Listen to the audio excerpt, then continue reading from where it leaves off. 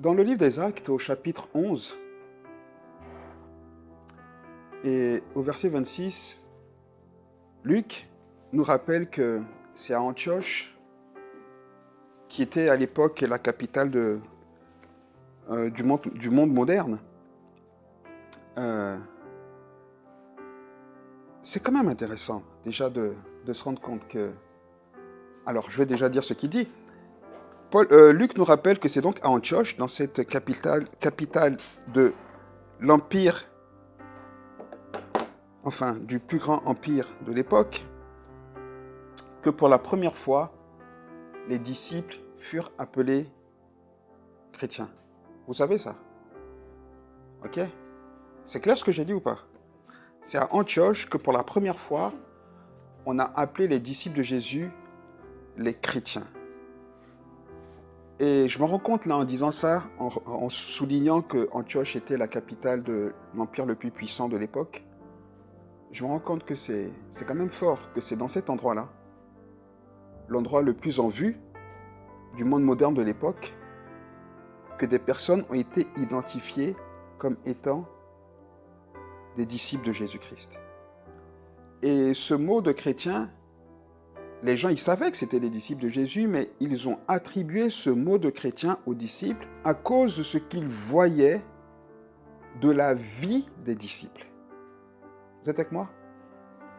Ils n'ont pas appelé les disciples chrétiens parce que les disciples parlaient de Jésus.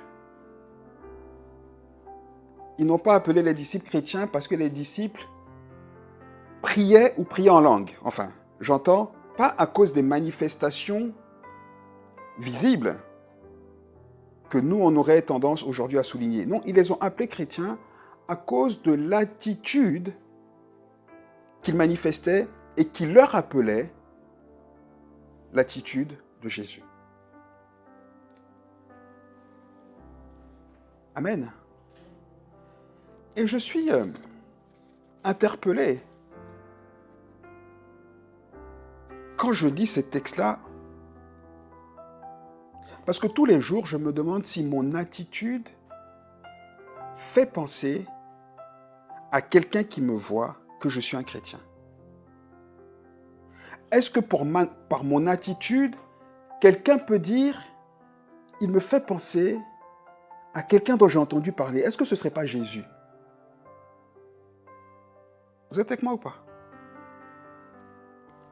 Ou alors, il faut que j'attende que ceux qui m'observent m'entendent prier, m'entendent chanter, ou quoi que ce soit d'autre, pour pouvoir m'identifier comme étant un chrétien. Ça veut dire un petit Christ.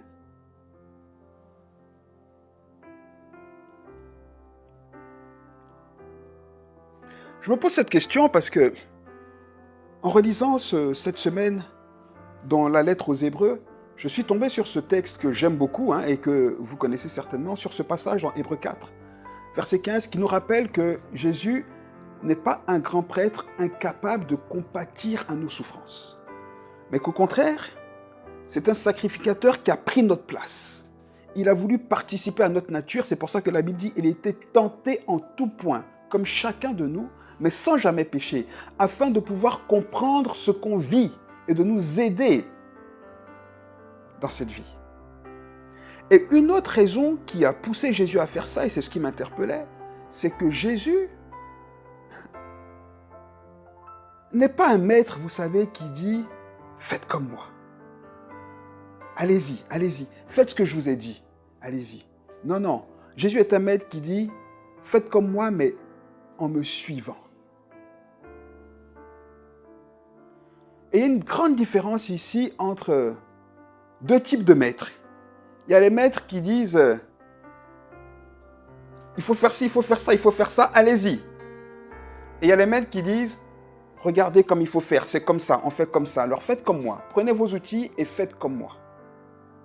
Vous êtes avec moi? Jésus a voulu s'identifier à nous afin qu'on soit capable de faire comme lui, en fait. Il n'a pas voulu simplement dire, vous savez, comme on a souvent tendance à parler de Jésus, quand on parle de Jésus, on a souvent tendance à dire, oui, mais c'était Jésus. Oui, c'était Jésus, mais il a vécu comme nous, en fait. Et on doit penser que Jésus, dans sa nature, a été contraint d'abandonner certaines choses dont nous, on a le privilège. Jésus, à cause de sa nature divine, qui était bien sûr la double nature, 100% homme et 100% Dieu, une nature unique. À cause de cette nature-là, Jésus, par exemple, n'a pas eu la grâce, le privilège que vous et moi avons d'avoir un époux, une épouse et de fonder une famille.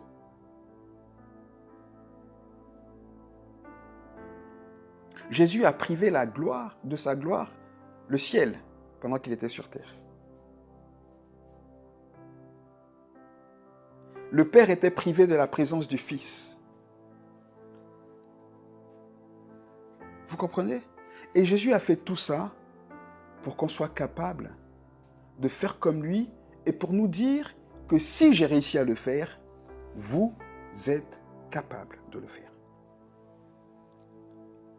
Est-ce que vous êtes avec moi jusqu'ici? Mon introduction de ce matin me pousse, en regardant la vie de Jésus, à vous expliquer quelque chose qui concerne un mot très populaire, qui a du sens, et d'ailleurs qui est un mot qui a même un fondement biblique. Alors on ne le retrouve peut-être pas dans la Bible, mais il a quelque chose de juste dans la Bible. Et ce mot-là, on le retrouve en observant l'attitude de Jésus. Jésus était un leader. Alors si on entend beaucoup ce mot-là dans l'Église, en fait, des leaders, il y a même des écoles de leadership. On a oublié les écoles de discipline, on fait des écoles de leadership. Alors, on ne veut pas ce matin entrer dans la critique ou quoi que ce soit, mais on veut juste regarder à l'attitude de Jésus. Parce que si Jésus est un leader, c'est parce qu'il veut que nous aussi soyons des leaders. Et la vraie différence ou la vraie caractéristique du leader, justement, je l'ai dit tout à l'heure, le leader, c'est celui qui tire un groupe, qui tire quelqu'un, qui tire les autres en disant « Suivez-moi ». Et je crains qu'aujourd'hui, on soit en train de former dans le corps de Christ quelque chose qui ressemble au leader. Et quand même dire Jean-Michel, en parlant du Coca et du Canada Dry, il a le goût, il a l'odeur, il a la couleur, mais ça n'en est pas. On forme dans l'Église beaucoup de gens qui ressemblent à des leaders, qui en ont la couleur, qui en ont, la forme, mais qui dans le fond ne sont pas des leaders. On forme ce qu'on appelle des managers.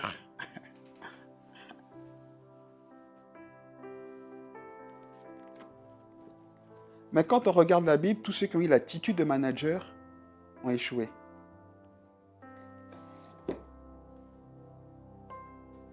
Jésus est un leader. David est un leader.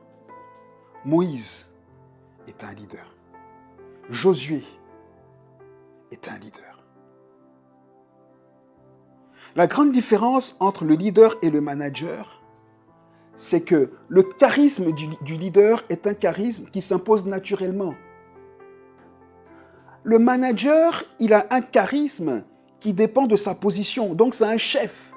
C'est un chef qui est dans sa position, qui dit fais ça, fais ci, fais ça, et qui ne vient que pour critiquer ce que tu fais, mais qui est incapable de faire ce que tu fais.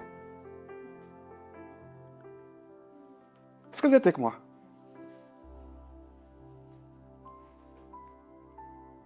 Et je trouve que dans l'Église, vous savez, on est très prompte aujourd'hui à donner des conseils. Des conseils qu'on ne s'applique quasiment jamais nous-mêmes quand on est dans la situation. Je n'ai jamais oublié ce jour où je parlais avec un de mes mentors, ce vieil homme, plein d'expérience, mais avec un caractère bien trempé. Alors qu'on était dans un conflit, et alors qu'il était en train de me reprendre, et qu'il me disait « Mais toi, t'es un vrai donneur de leçons, toi !» Ça m'a tellement fait mal, parce qu'il touchait quelque chose qui est tout le contraire de ce que je veux être. En fait, en me disant « T'es un donneur de leçons », il me disait « Toi, t'es un manager ». Tu n'es pas un leader. Alors que moi, je veux être un leader.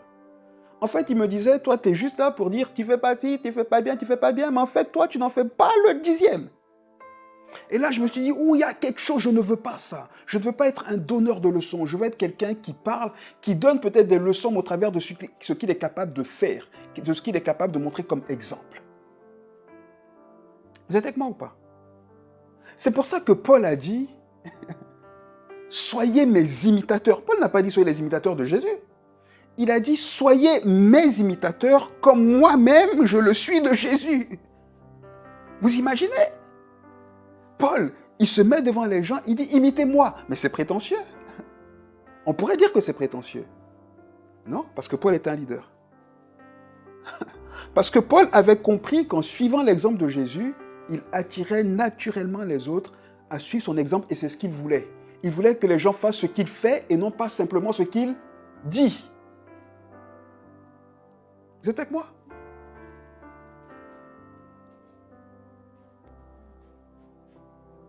Aujourd'hui, on est des chrétiens qui aimons dénoncer, parler, reprendre. Mais peu parmi nous retroussons les manches et allons dans le cambouis pour le retourner, pour changer les choses. On est des techniciens.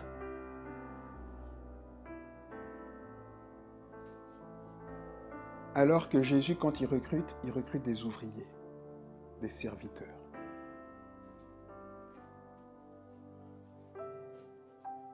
Vous êtes avec moi? Des serviteurs. Et pour former un bon serviteur, il n'a pas simplement besoin de cours théoriques. Il lui faut un maître ouvrier qui lui montre la pratique. C'est pour ça que quand on regarde dans la Bible, quand on prend des exemples, un exemple qui me frappe le plus, c'est celui de Samuel. Le prophète Samuel, regardez qui était son maître. Le prêtre Élie. Mais quand on regarde la vie d'Élie, on va dire, mais lui, il était incapable de tenir ses enfants, etc., etc. Alors, c'était peut-être pas un bon théoricien. Mais dans la pratique, il a formé Samuel. Vous savez comment c'est ça? Quand Samuel dort, le petit Samuel, et que l'Esprit de Dieu l'appelle, il entend la voix de Dieu et qui court, il pense que c'est Élie. 2 fois, 3 fois. Qu'est-ce qu'Élie lui dit? Il dit, quand tu entendras cette voix, qu'est-ce que tu dois dire? Parle Seigneur, qui écoute? Ton serviteur. Élie était lui-même un ouvrier. C'est un leader. Il a montré à Samuel comment on fait. Il lui a pas dit fais comme ci, fais comme ça. Non, non, non. C'est pour ça que Samuel est resté à côté d'Élie et c'est pour ça qu'il a appris à côté d'Élie. Qui a formé Samuel? C'est Élie. Ce que Samuel a pratiqué, c'est ce qu'il a vu d'Élie. Pas ce qu'Élie lui a dit, c'est ce qu'il a vu. Vous êtes avec moi ou pas? Parle, ton serviteur écoute. Dieu veut des ouvriers, des gens qui sont sur le terrain, pas des techniciens qui donnent des leçons. Tu sais, la Bible dit, oui, mais ce que la Bible dit, je veux que tu le montres. Je veux voir que tu es un chrétien pour que moi, je puisse dire, comme à Antioche, c'est un chrétien. Pas parce que tu dis, pas parce que tu me dis, parce que je vois. Vous êtes avec moi? Et une des forces du leadership de Jésus qu'il a voulu nous laisser et qu'il veut qu'on suive comme exemple, se retrouve, alors on va le lire rapidement, je vais en parler rapidement dans un texte précis, mais se retrouve dans ce verset de Matthieu 20, Matthieu 20 au verset 28, où la Bible dit, c'est ainsi que le Fils de l'homme est venu. Non pour être servi, mais pour servir.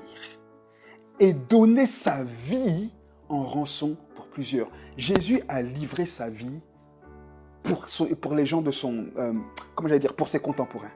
Et pour nous, pas seulement pour les contemporains. Mais Jésus sur terre est un serviteur, il était au service, il vivait sa vie pour les autres.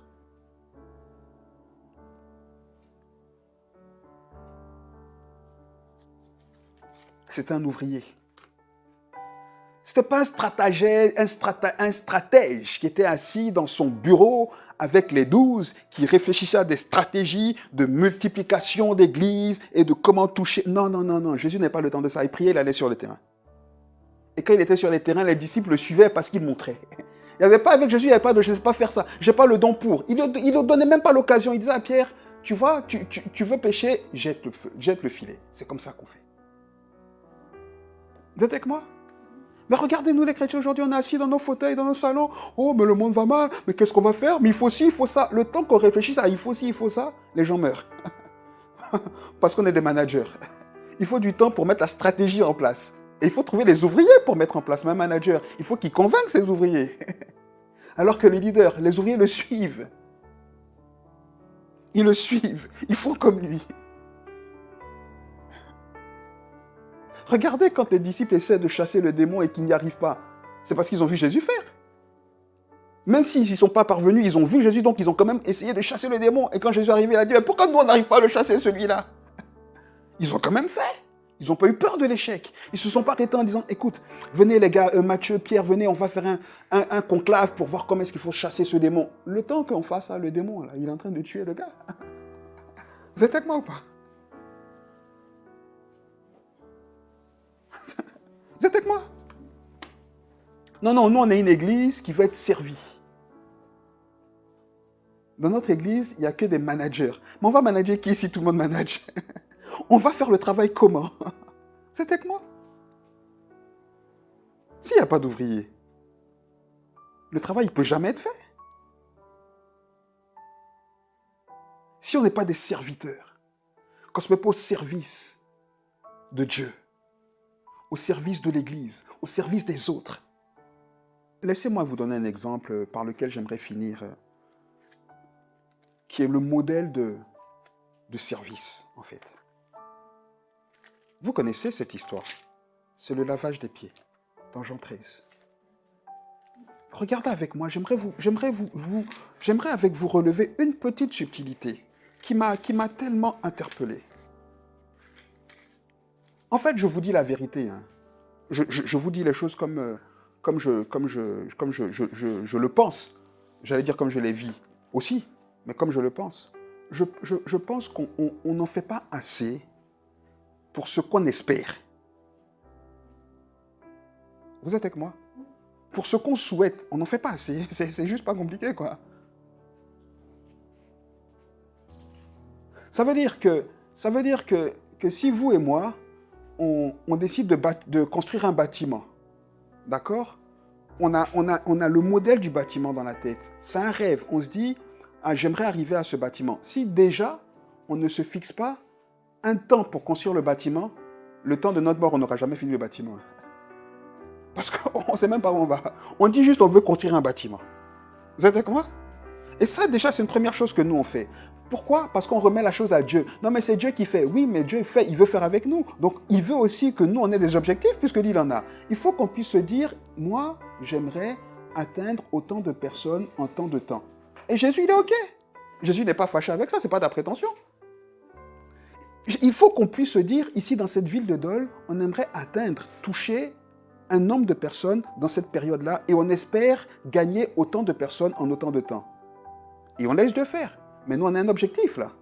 Et on se donne les moyens pour cet objectif. Vous êtes avec moi? De la même manière, on revient avec cet exemple de bâtiment. Si on veut construire ce bâtiment et qu'on sait qu'on s'est fixé l'objectif, on se dit, ben, j'aimerais construire ce bâtiment en 3 ans. Et qu'on comprend que pour arriver à construire ce bâtiment en 3 ans, il nous faut un nombre d'heures précises de travail pour y arriver. Et qu'on travaille la moitié de ces heures-là. Est-ce qu'on peut y arriver? C'est pas possible.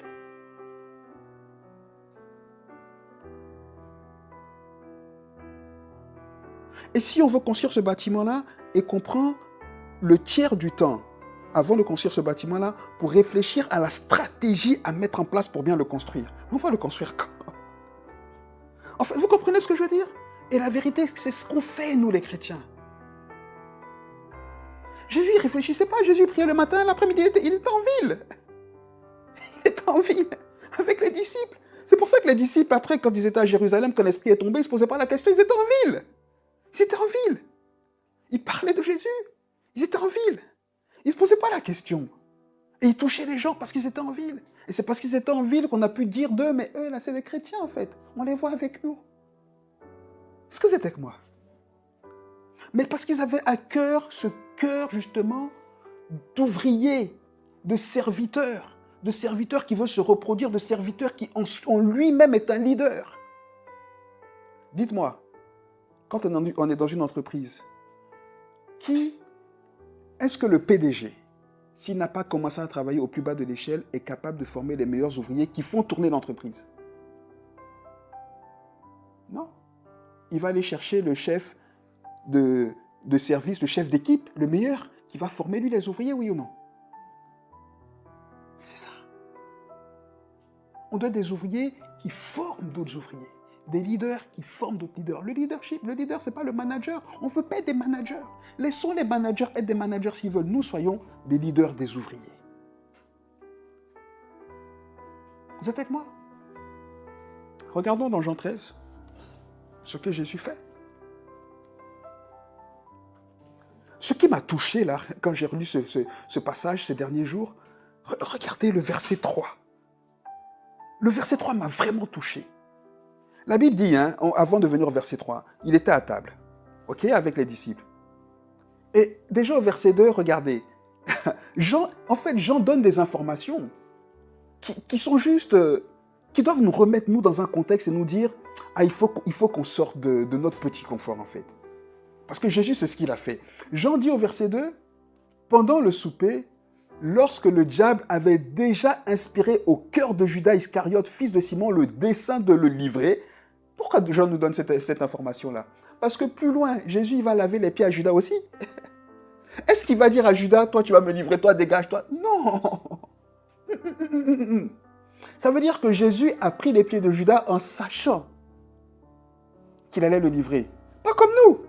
Oh, lui, de toutes les façons, là, il ne m'aime pas, je ne vais pas lui parler de Jésus, et puis il est comme il est. Non, vous comprenez? On est des donneurs de leçons. On n'est pas ouverts. C'est clair ce que j'essaie de dire ce matin? Ensuite, au verset 3, regardez l'autre subtilité que Jean souligne. Il dit Jésus, qui savait que le Père avait remis toutes choses entre ses mains et qu'il était venu de Dieu et qu'il s'en allait à Dieu. Ça veut dire que Jean nous dit que Jésus, plus loin, verset 4, se leva, ôta ses vêtements et prit un linge dont il se ceignit. Ensuite, il versa de l'eau dans un bassin et se mit à laver les pieds des disciples et les essuyer avec le linge. Ça veut dire que ce Jésus qui s'est mis dans une position d'humilité, d'humiliation, avec des gens dont il était le maître, a fait toutes ces choses en étant leur maître, mais en sachant sa position par rapport à Dieu. Je dis, il savait qu'il était Dieu quand il faisait ça, mais il a fait. Est-ce que vous comprenez ce que j'essaie de dire? Jean dit, Jésus, en ôtant son vêtement et en se saignant du linge, en prenant les pieds sales et puants de Judas, savait qu'il était Dieu. Mais il a fait. Pourquoi? Pourquoi? Il explique pourquoi. Il dit, vous comprenez ce que je fais là, plus loin. Il dit, vous m'appelez maître et Seigneur, et je le suis. Oui, mais si moi, le maître, le Seigneur, je vous ai lavé les pieds, vous devez faire la même chose les uns aux autres. Car, verset 15, je vous ai donné un exemple afin que vous fassiez comme je vous ai fait.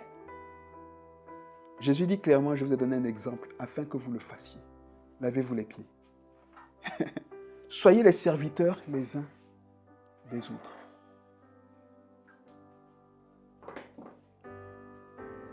Écoutez-moi, comment est-ce qu'on peut avoir la prétention d'être reconnus comme des chrétiens par les non-croyants si entre nous déjà, on ne se lave pas les pieds? On n'est pas prêts les uns pour les autres.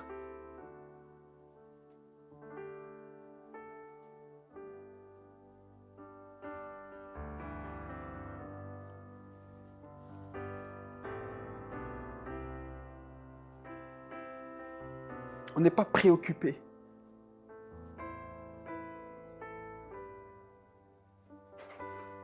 Vous êtes avec moi?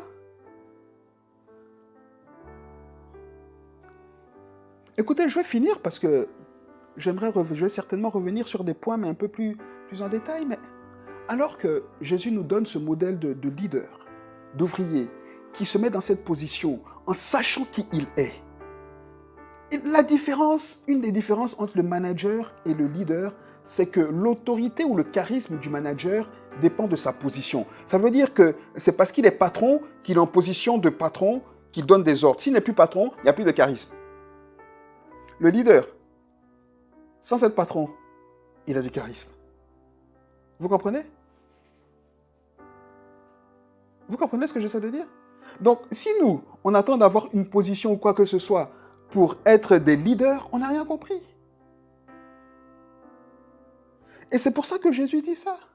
Il dit, moi, en connaissant ma position, je descends de mon piédestal pour me mettre dans cette situation d'humilité, d'humiliation, pour vous montrer l'exemple, pour vous dire ce que vous devez faire, pour vous montrer la manière dont vous devez vous aimer et dont vous devez aimer les autres. C'est pour ça que, et c'est l'exemple que j'aimerais prendre pour terminer, c'est pour ça que quand, dans son apprentissage, ça, on est d'accord, ça c'est à la fin du ministère de Jésus, sur les 3 ans de ministère de Jésus.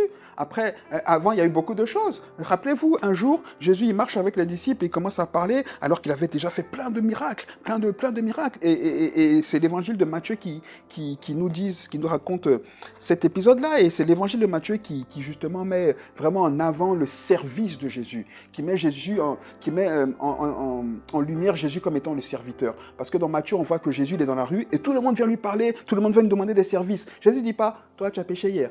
Non. D'ailleurs, ça c'est Jean qui dit. D'ailleurs, quand il y en a qui ramènent la femme adultère, il dit, elle a péché, on l'a surpris. Est-ce que Jésus dit, ah oui, pécheresse? Non. Il écrit, il dit, celui qui n'a jamais péché, qui le condamne à la femme. Il n'y a pas de discussion. Mais nous, non, mais toi t'es un pécheur, puis on ne parle pas avec les pécheurs. Nous, on est des managers. On n'est pas des serviteurs. On n'est pas à disposition des gens. T'as vu comme il parle, mais il est grossier, ce gars. Moi, je ne veux pas avoir affaire à lui, mais c'est le grossier qui a besoin de la lumière dans sa vie. C'est la fille qui s'habille mal, qui a la vie décousue. J'allais dire un vilain mot, mais dans tous les sens, qui a besoin de la lumière dans sa vie. Mais nous, on n'en veut pas. Vous imaginez si Jésus avait dit à la femme adultérienne, adultère, lapidez-la. Non. Il n'a même pas reprise. Il n'a même pas parlé de son péché. Mais nous, tu péchais. Et tu vois ta vie, on n'est pas serviteur, on n'est pas ouvert. Et on veut que les gens aient envie de venir vers nous. Non. On ne peut pas avoir une attitude qui donne l'impression aux gens qu'on les condamne, qu'on est mieux qu'eux. Ça, c'est qu'on est des donneurs de leçons. C'est pour ça que Jésus dit, si toi, tu n'as jamais péché, condamne-la. Et si moi, quand je vous parle de leadership, je crois que je suis le meilleur leader, je n'ai rien compris. On est tous à la même ligne. Vous êtes avec moi ou pas? Et donc, ce fameux jour-là, je reviens à mon histoire de Matthieu. Jésus, il marchait avec ses disciples et il faisait des miracles, etc. Il racontait, comme vous le savez, des paraboles à ses disciples. Et Pierre le fougueux, Pierre le caractériel, avec ce tempérament fort, il dit, mais attends Seigneur, là, c'est bon, vous savez, comme nous parfois, on en a marre, on dit, ouais, ben c'est bon, là, il n'y a pas que ça, à un moment, faut qu'on vive, là, vous savez, on a des moments comme ça, hein, où on veut tout balancer, ouais, ben c'est bon, j'ai envie de vivre ma vie, et puis bon, ça nous rattrape, hein, Dieu merci. Il y en a, ça rattrape, il y en a, ça rattrape pas. Bon, c'est comme ça. Mais Pierre, il traversait par un moment comme ça, il en avait marre de ce Jésus trop saint, il disait, c'est bon, là, t'es trop saint, là, donc tu veux dire quoi, là, hein? Tu veux dire que quelqu'un qui m'a fait du mal, je lui pardonner combien de fois? 7 fois? Jésus dit non. 7 fois, 70 fois. Pierre dit, il dit oui. 7 fois. 70 fois. Et alors que Pierre est en colère, il dit, mais il exagère bien. Il dit, tu sais quoi? Attends, Pierre, je te raconte une histoire. Il dit un jour, un maître a décidé de faire les comptes de ce que ses serviteurs lui devaient. Il y en a un, il lui devait 6 millions de pièces. Il a appelé, c'est beaucoup. Il a appelé, il dit, tu me dois, mettez-le en prison. Lui, ses enfants, vendez-les tous pour me faire rembourser. Il a supplié, donne-moi un peu de temps, je vais te payer. Le maître était touché, ému de compassion, il a dit, libérez-le.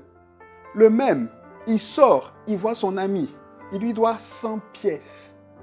6 millions, non, c'est 60 millions exactement. 60 millions de pièces. L'autre, il lui doit 100 pièces. C'est-à-dire la proportion n'a rien à voir. La Bible dit que quand il voit le gars qui lui doit 100 pièces, il lui saute dessus, il étrangle. Mais vous comprenez? Il étrangle. Oh, mon argent, oh, mon argent. Le gars dit, s'il te plaît, laisse-moi, il le prend par le nez, il le fait jeter en prison. Il n'écoute même pas. Et la Bible dit que les autres serviteurs qui ont vu ça, ils se disent, mais c'est pas Henri à qui le maître vient de faire grâce de 60 millions et pour 100 euros, ah non, on ne peut pas laisser, ils vont voir le maître.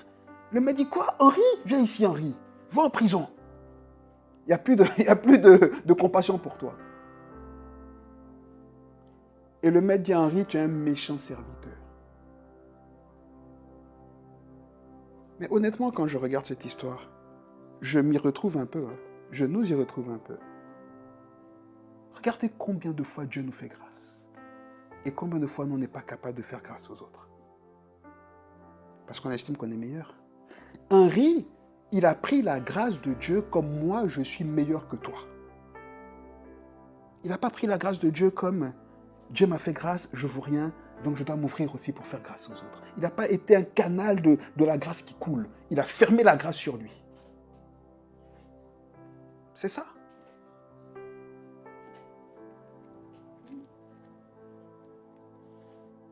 Vous êtes avec moi ou pas? Le vrai leader, c'est celui qui communique la grâce. Le vrai leader, c'est l'apôtre Pierre, c'est l'apôtre Paul, c'est ces apôtres-là, ces disciples-là, qui ont reçu de Jésus et qui ont donné cadeau aux autres. Et qui n'ont pas cessé de donner. Le vrai leader, c'est l'apôtre Pierre, qui quand il voit la vision et qu'il arrive et qu'il voit les aliments impurs, quand il est dans cette chambre haute en train de prier, et que Dieu lui dit mange, et qu'il dit non, je ne peux pas manger. Dieu dit si, il faut manger. Il mange. Et qui arrive chez Corneille, et qui voit l'Esprit de Dieu, il dit mais la grâce de Dieu est avec vous, je prie pour vous, je vous libère. C'est pas lui, non, mais vous êtes sérieux, mais t'es pas un juif, mais t'as même pas le droit. Non.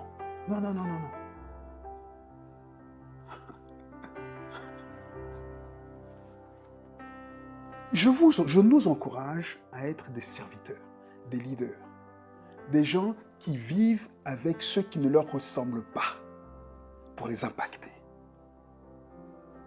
C'est ce que Jésus a fait.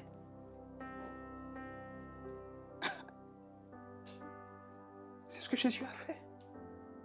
Vous n'avez pas idée comment les gens ont besoin de Dieu.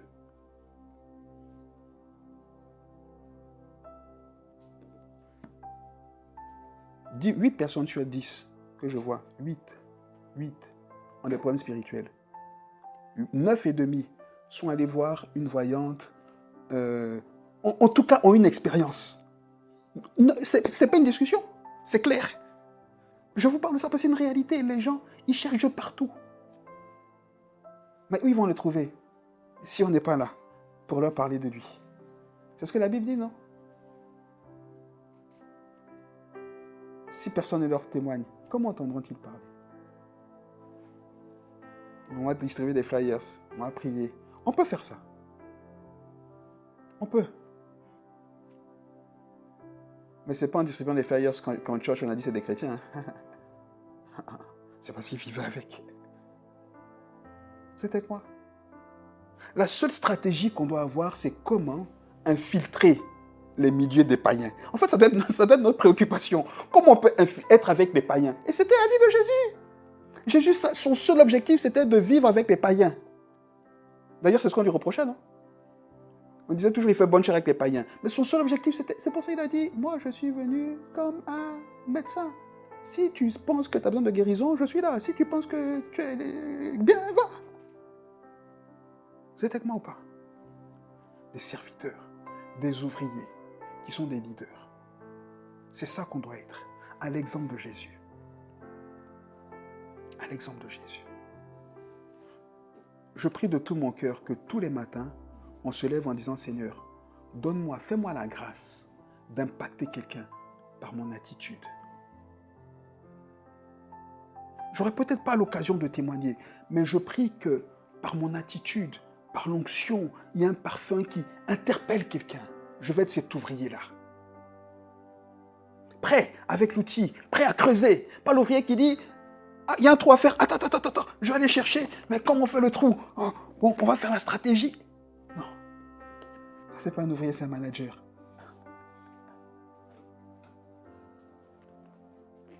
Vous êtes avec moi? Le manager, quand il vient, surtout en ce moment, il a souvent la mission de réduire les effectifs, de gagner des sous, remplir les 100 cœurs.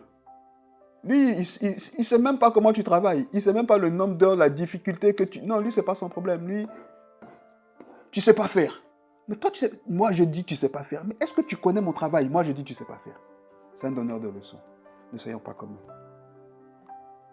Vous êtes avec moi? Ok. Voilà, je vais m'arrêter là. Je vais m'arrêter là, juste pour nous encourager ce matin, à comprendre qu'on doit se mettre au service de Dieu. On doit se mettre au service de Dieu. On doit, dans notre relation à Dieu, être des serviteurs. Quelqu'un qui est au service de Dieu, il travaille pour la personne. Il fait la tâche pour laquelle la personne l'a mise au service. Il travaille, il est au travail, il ne réfléchit pas. Vous imaginez si Stéphanie, elle arrive à son boulot, là, et qu'au lieu de faire le ménage ou de s'occuper de la personne, elle regarde, par où vais-je commencer? Pour gagner du temps, il faudrait que je fasse ci. Mais son heure est finie. La personne dit, mais t'as rien fait, oui, mais je réfléchissais. T'es une mauvaise servante, là? Oui ou non? On va dire, mais elle est incompétente. Appelez, c'est quoi cette dame que m'avait envoyée, là? Ah non, mais moi, je suis manager, moi j'ai besoin de réfléchir. Non. On arrive, on est prêt, on a les outils, on nous travaille tout de suite. Amen.